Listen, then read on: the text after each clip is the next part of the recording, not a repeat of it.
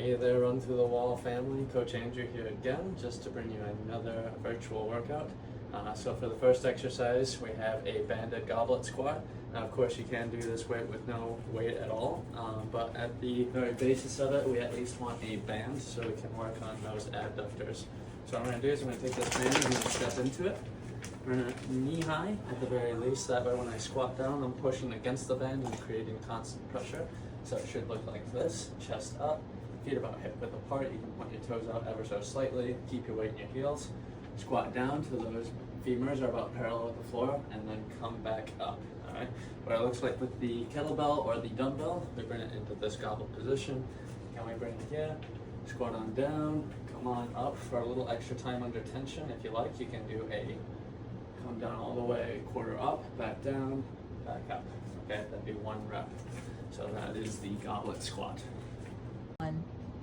Okay, so for our next exercise, we have a split squat with a thoracic rotation. And you can either do this from just a standing position, we can use the bench to kick our back foot, or we can even use a physio ball. Just to show you from the starting position though, starting stance, feet are together, kick one leg back. I'm just going to use that toe to just balance myself because I want to keep all of my weight in the heel of the front foot. As I go down, I'm going to give it a little bit of a thoracic rotation for a little instability, so it's going to look something like this. Squatting down, all my weight in my right heel, twisting, and then coming back up. It could be something like 6 reps on the one side, and then 6 reps on the other side. If you want, you can add a kettlebell to this, hold it right here, do the same thing, nice little twist. Okay, now for our next exercise, we're going to do a core movement. It's called heel taps. So what I'm going to do is I'm going to get into my glute bridge position. So I'm going to lie back, I'm going to keep my heels close to my butt. I'm going to pick up my upper shoulders up off the ground, just a little bit, squeezing that core. And then I'm trying to give it a little lateral flexion and reach for that heel. So it's going to be to the heel, back center pause, to the left heel, back center pause. This is 1 rep, this is 2 reps. We'll go somewhere in the neighborhood of 12 to 16.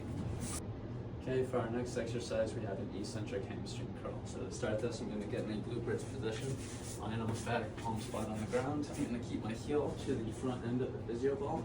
I'm going to bridge up, pushing my way through my heel, and then it's about the leg extension, trying to do a reverse plank here, and then pulling the legs back for each rep.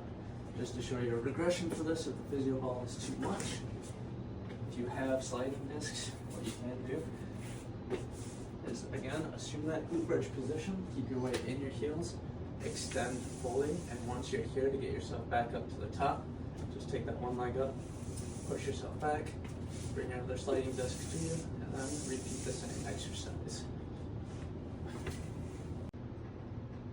Alright, so for our next exercise, we have a single leg RDL, and for this I'm going to use a kettlebell because we're also going to turn it into a little bit of knee flexion. So to do this, I'm going to use my left leg, and that means the weight's going to be held in my right hand.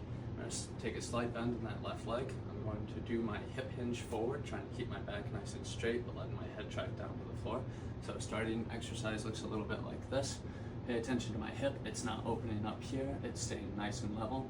I'm coming back up, and here's where the knee flexion comes in. With this kettlebell down like this, I'm going to use my knee to raise it up off the ground to get the hip flexors in there, and then drop it back down.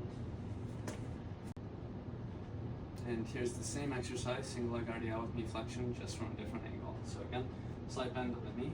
I'm going to go ahead, hip hinge forward, letting my head track down to the floor, keeping my back nice and straight, making sure my hips level with the ground, coming back up, and then bring the kettlebell into knee flexion, giving it a good pause at the top before dropping back down to repeat the exercise.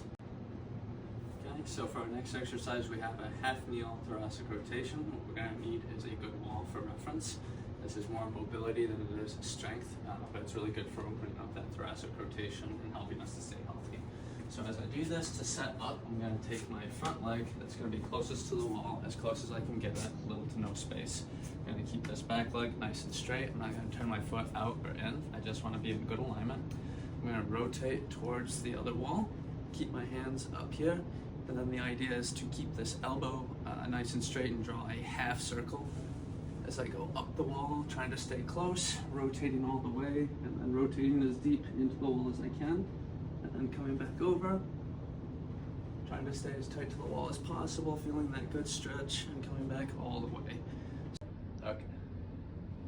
And for the next exercise I have for you, it's going to be a Copenhagen Plank along with a little abduction in our side plank position. So we're going to get over on our sides. We're going to have our top leg out in front and then our bottom leg behind us. And it's going to start out with our abduction. So the front leg is going to go up towards the ceiling. Then I'm going to drop it back down. Once that's back down on the ground, I'm going to do the knee flexion part of it, which is essentially a Copenhagen Plank. All right, so we'll do that on repeat. Okay, and then for those of you that have some tougher adductors and feel more comfortable with a tougher exercise, I'm going to show you the modified version where we're actually up on the bench. So the setup's pretty similar. I'm in my side plank position, only my top leg is now going to be on top of the bench. My bottom leg's going to hover just underneath, and then from there the movements are the same. I'm going to go into adduction, foot's on the ground, then I'm going to bring that foot back down, going to go into my adduction, into knee flexion. And then for our last modified version, for those of you that feel like your adductors are going to tear while you're doing the Copenhagen Plank, we're going to add in the band option. So as long as you have an anchor and a band, this should be fairly simple. But all you're going to do is you're going to step into the band. It's only going to be about ankle height. You're going to take a couple of side steps to make sure you've got good tension. And then all it is holding on my stance leg, letting the band pull my side leg out, and then bringing it back to center using those adductors. Okay, we'll do that for the same number of repetitions you otherwise would have done with the other version. For our next exercise, we're going to do some Kettlebell Dead Bugs, which is just a variation from the Dead Bug where we add a kettlebell for a little more resistance. I'm going to take my kettlebell in hand, palms on the bell, thumbs to the horn. I'm going to lie back, hands straight, knees up, 90 degrees femur to torso, 90 degrees femur to tibia. And then I'm going to reach back with the kettlebell, and as I do that, I'm going to extend one leg. I'm going to put special attention on keeping my lower back tight to the ground. Alright, so pushing my lower back into the ground, extending my leg, extending my arms, bringing it back to center, switching sides, back to center. If you don't have a kettlebell, that's alright. Just do a regular dead bug, hands in the air, alternate, opposite arm to opposite leg, keeping my lower back in contact with the floor. Okay, and for our next exercise, we have Russian twists. This is an age-old classic. If you have a kettlebell, if you have a dumbbell, or if you have no weight at all, you can still just do body weight. But for starters, the regressed position, I'm going to keep my heels down on the ground. So ideally, I want my legs to stay perfectly center, and I just want to be able to twist body without moving my legs. I'm sitting back, leaning back, so it's actually using my core here. And again, trying not to move my legs. The progressed version, legs up, yeah, twisting, trying to sit tall, twisting. And again, if we want to add the weight to chest, regressed version here, twist, twist, trying to go as far as I can, legs up, twist, twist.